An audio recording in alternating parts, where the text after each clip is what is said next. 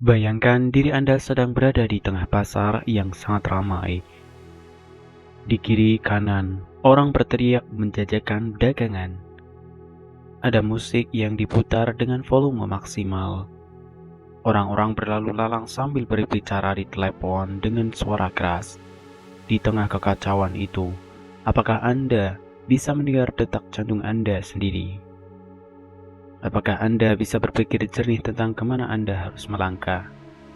Kemungkinan besar tidak.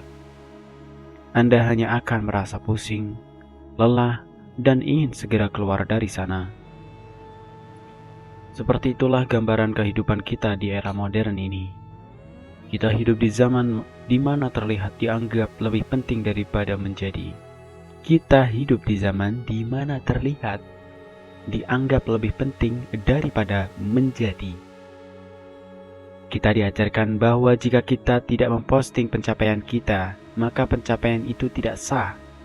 Jika kita tidak mengeluh di media sosial tentang hari yang buruk, rasanya beban itu belum terangkat. Kita dipaksa percaya bahwa privasi adalah sesuatu yang kuno dan transparansi adalah segalanya. Namun, ribuan tahun yang lalu, para filsuf stoik, orang-orang yang melatih pikiran mereka sekeras atlet melatih otot, namun menemukan sebuah kebenaran yang berbeda. Mereka menyadari bahwa jiwa manusia itu seperti baterai. Jika baterai itu terus-terusan digunakan untuk memancarkan sinyal keluar, mencari perhatian, validasi, dan pengakuan, energinya akan habis. Kita menjadi lemah, kosong, dan bahkan mudah rusak. Sebaliknya, jika kita bisa menutup beberapa aplikasi yang boros baterai itu, jika kita bisa belajar menyembunyikan hal-hal tertentu, energi itu akan tersimpan di dalam. Energi itu akan menumpuk, memadat, dan mengubah kita menjadi pribadi yang memiliki kekuatan mental luar biasa. Kekuatan yang tenang, kekuatan yang tidak perlu berteriak untuk didengar. Inilah seni menyembunyikan diri, bukan karena kita takut, bukan karena kita pemalu, dan bukan karena kita punya niat jahat. Kita menyembunyikan hal-hal tertentu karena kita sedang merawatnya agar tumbuh kuat. Mari kita mulai perjalanan ke dalam diri ini dengan membahas hal pertama yang paling krusial yang harus Anda sembunyikan, atau proses pertumbuhan Anda. Mengapa kita suka pamer perubahan? Mari kita bicara jujur. Saat kita memutuskan untuk mengubah hidup, misalnya mulai diet, mulai menulis buku, atau mulai belajar investasi, dorongan pertama yang muncul di kepala kita biasanya adalah saya harus memberitahu orang lain. Kita update status, Daiwan, menuju hidup sehat, bismillah. Kita cerita ke teman kantor, aku sekarang lagi belajar coding loh, doain ya.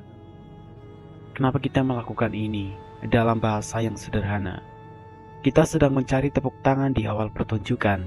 Otak manusia itu unik, tapi kadang gampang ditipu. Saat Anda menceritakan niat baik Anda kepada orang lain dan mereka berkata, "Wah, keren banget kamu, semangat ya." Otak Anda melepas zat kimia bernama dopamin. Itu adalah zat yang membuat kita menjadi senang dan puas. Masalahnya adalah, otak Anda merasa puas seolah-olah Anda sudah berhasil, padahal Anda baru saja memulai. Anda mendapatkan hadiahnya di depan sebelum kerjanya selesai. Akibatnya, motivasi Anda untuk benar-benar melakukan kerja keras itu justru menurun. Anda sudah merasa kenyang dengan pujian, jadi buat apa capek-capek memasak?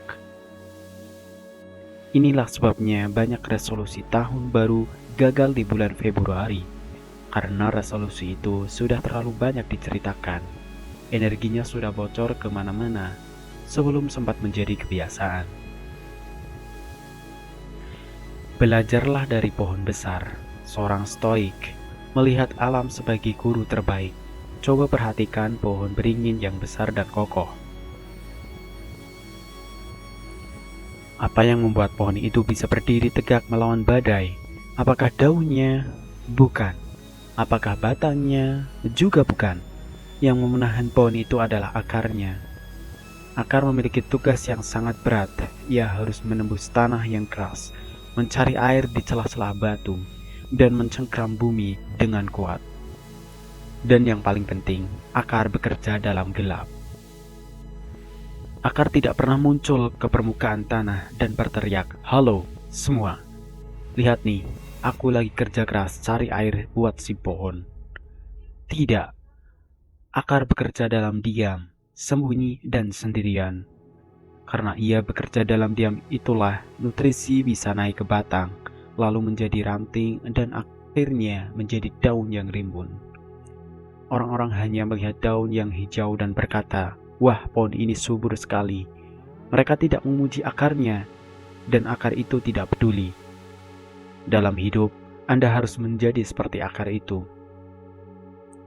Jika Anda sedang belajar skill baru, sembunyikan. Jika Anda sedang memperbaiki hubungan dengan pasangan, sembunyikan. Jika Anda sedang membangun otot di gym, sembunyikan.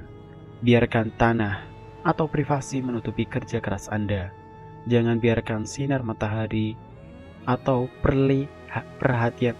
perhatian orang lain membakar bibit yang baru tumbuh itu. Bibit yang terlalu sering digali untuk dipamerkan tidak akan pernah tumbuh menjadi pohon. Ia akan mati kekeringan. Latihan menahan gatal di lidah. Mempraktikkan ini tidak mudah.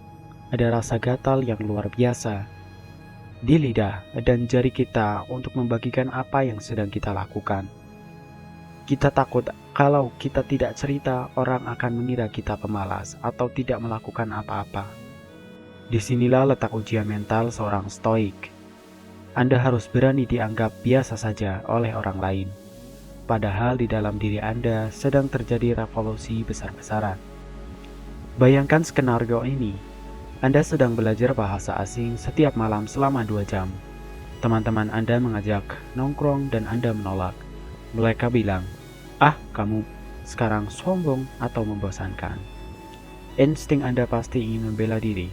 "Bukan gitu, aku tuh lagi belajar bahasa Jepang biar bisa dapat beasiswa." Tapi seorang stoik akan menelan pembelaan itu. Dia hanya akan tersenyum dan berkata, "Iya nih, lagi pengen istirahat aja." Dia menyembunyikan prosesnya. Dia membiarkan orang lain salah paham. Kenapa? Karena dia tahu energinya terlalu berharga untuk dipakai berdebat atau membuktikan diri.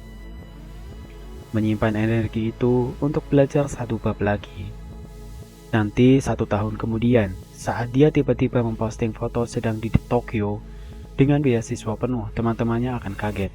"Loh, kapan belajarnya? Kok tiba-tiba sukses?" Itulah kemenangan sejati, kemenangan yang tidak membutuhkan sorak-sorai penonton saat latihan, tapi memukau semua orang saat pertandingan. Gudang senjata menyembunyikan rencana. Selain proses belajar, ada hal kedua yang Anda harus simpan rapat-rapat dalam berangkas batin Anda. Rencana besar dan ambisi Anda. Sebuah pepatah kuno yang mengatakan Tuhan bekerja dalam keheningan dan iblis bekerja dalam kebisingan. Rencana besar adalah suatu yang suci bagi masa depan Anda. Ia adalah bayi yang rapuh. Jika Anda membawa bayi yang baru lahir ke tengah kerumunan orang yang batuk dan bersin, bayi itu akan sakit. Begitu juga dengan rencana besar Anda. Mengapa orang lain bisa menghancurkan rencana Anda tanpa sengaja? Ketika Anda menceritakan rencana besar Anda, misalnya aku mau buka bisnis kopi sendiri tahun depan, kepada orang lain, ada 2 kemungkinan respon yang akan Anda terima. Dan keduanya berbahaya bagi mental Anda. Bahaya yang pertama, skeptisisme dan keraguan. Teman atau keluarga Anda mungkin berkata, "Yakin kamu bisa?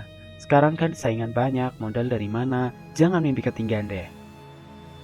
Mungkin niat mereka baik, ingin realistis, tapi bagi bibit rencana Anda yang masih lemah, komentar ini dapat menjadi racun. Anda mulai ragu, Anda mulai berpikir, "Iya juga ya, kayaknya susah.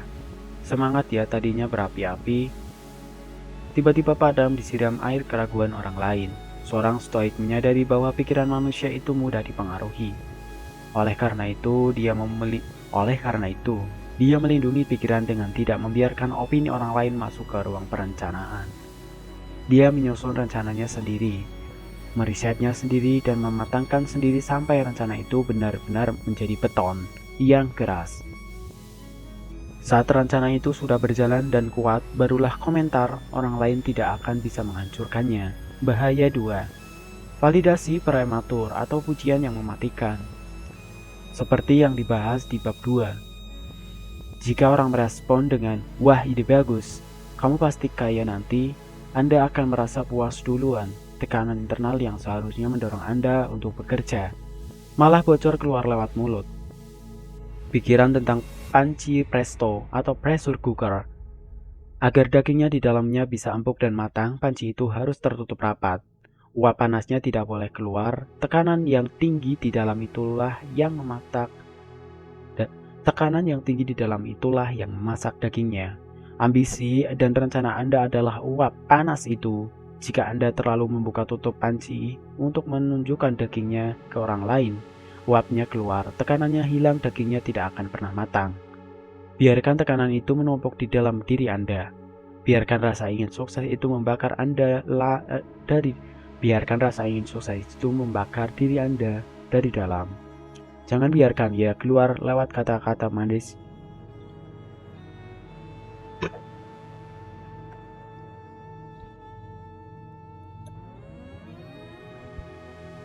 Biarkan tekanan itu menumpuk di dalam diri Anda. Biarkan rasa ingin sukses itu membakar Biarkan tekanan itu menumpuk di dalam diri Anda. Biarkan rasa ingin sukses itu membakar Anda dari dalam. Jangan biarkan ia keluar lewat kata-kata manis di dalam tongkrongan. Gunakan tekanan itu untuk begadang, menyusun strategi, untuk membangun pagi, bekerja keras, untuk menabung lebih disiplin. Strategi atau intelijen sunyi. Jadilah seperti seorang agen rahasia dalam hidup Anda sendiri. Seorang agen rahasia tidak pernah berjalan dengan membawa papan pengumuman tentang misinya. Dia berbaur, dia terlihat normal, dia tersenyum ramah, dan di kepalanya dia memiliki peta yang jelas kemana dia akan pergi. Latihan praktis untuk ini adalah hindari kalimat "saya akan". Gantilah dengan tindakan, jangan bilang, "Saya akan menulis novel bestseller", tapi menulislah 1 halaman setiap hari. Jangan bilang, "Saya akan beli rumah tahun depan", tapi transfer uang ke rekening tabungan terpisah setiap bulan. Biarkan kata kerjamu yang berbunyi, bukan kata sifatmu. Ada kepuasan yang aneh, namun nikmat ketika Anda berada di dalam sebuah ruangan penuh orang, dan tidak ada satupun dari mereka yang tahu apa yang sedang Anda persiapkan. Anda memegang kartu A, sementara orang lain sibuk memamerkan kartu angka 2 dan 3 mereka. Itu memberikan rasa percaya diri yang tenang. Anda tidak perlu membuktikan apa-apa sekarang, karena Anda tahu waktu akan membuktikannya nanti. Menelan bara api, menyembunyikan keluhan.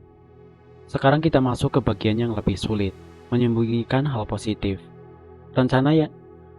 Menyembunyikan hal positif, rencana dan proses itu menantang, tapi menyembunyikan hal negatif, keluhan Sekarang kita masuk ke bagian yang lebih sulit, menyembunyikan hal positif atau rencana dan proses itu menantang, tapi menyembunyikan hal negatif atau keluhan dan rasa sakit membutuhkan kekuatan jiwa yang jauh lebih besar. Marcus Aurelius, kaisar Romawi yang juga seorang filsuf stoik, memiliki hidup yang sangat berat. Dia dikhianati oleh jenderalnya, istrinya digosipkan berselingkuh, anak-anaknya meninggal muda, dan kerajaannya diserang wabah penyakit. Dia punya sejuta alasan untuk mengeluh. Dia bisa saja menulis puisi sedih, berteriak pada dewa, atau curhat kepada para menterinya. Tapi apa yang dia tulis di buku hariannya? Jangan lagi terdengar mengeluh tentang kehidupan istana, bahkan kepada dirimu sendiri. Ini adalah level disiplin yang sangat tinggi. Mari kita bedah kenapa menyembunyikan keluhan itu sangat penting bagi kesehatan jiwa kita. Keluhan adalah polusi. Bayangkan, Anda berada di dalam lift yang sempit, tiba-tiba seorang buang angin. Baunya menyebar dan membuat semua orang di lift itu merasa mual dan tidak nyaman. Mengeluh itu persis seperti buang angin di ruang publik. Saat Anda berkata, "Duh, macet banget sih, panas lagi, bos juga nyebelin." Anda sedang melepas gas beracun emosional ke udara. 1. Anda meracuni orang lain, teman yang mendengarnya jadi ikut bad mood. Energi mereka tersedot untuk mendengarkan kenegatifan Anda. 2. Anda meracuni diri sendiri. Otak Anda mendengar suara Anda sendiri yang sedang menderita. Otak kemudian mengkonfirmasi, "Oh, kita sedang menderita ya. Oke, aku akan kirim sinyal stres ke seluruh tubuh." Akibatnya, Anda jadi makin lelah, makin pusing, dan makin stres. Mengeluh tidak menyelesaikan macet. Mengeluh tidak mengubah bos Anda menjadi baik. Mengeluh hanya mempertegas posisi Anda sebagai korban. Seni mengubah rasa sakit menjadi bahan bakar. Apakah ini berarti kita tidak boleh merasa sakit atau capek? Tentu saja tidak. Kita manusia bukan robot. Kita pasti merasa sakit. Stoikisme tidak mengajarkan kita untuk mematikan perasaan, tapi mengajarkan kita untuk tidak mendramatisir perasaan itu. Ada perbedaan besar antara A. Kakiku sakit karena berjalan jauh-jauh. Fakta. B. Aduh, kakiku sakit banget. Kenapa sih hidupku sial begini, harus jalan jauh, orang lain enak naik mobil. Keluhan atau drama. Seorang stoik menerima fakta A atau kalimat A dan membuang drama pada kalimat B. Ketika Anda merasakan sakit atau ketidaknyamanan dan Anda memilih untuk tidak mengucapkannya, terjadi sesuatu yang ajaib. Energi yang biasanya dipakai untuk merengek bertahan di dalam. Energi itu berputar dan berubah menjadi ketahanan atau endurance. Bayangkan, Anda sedang lari maraton dan kaki Anda mulai kram.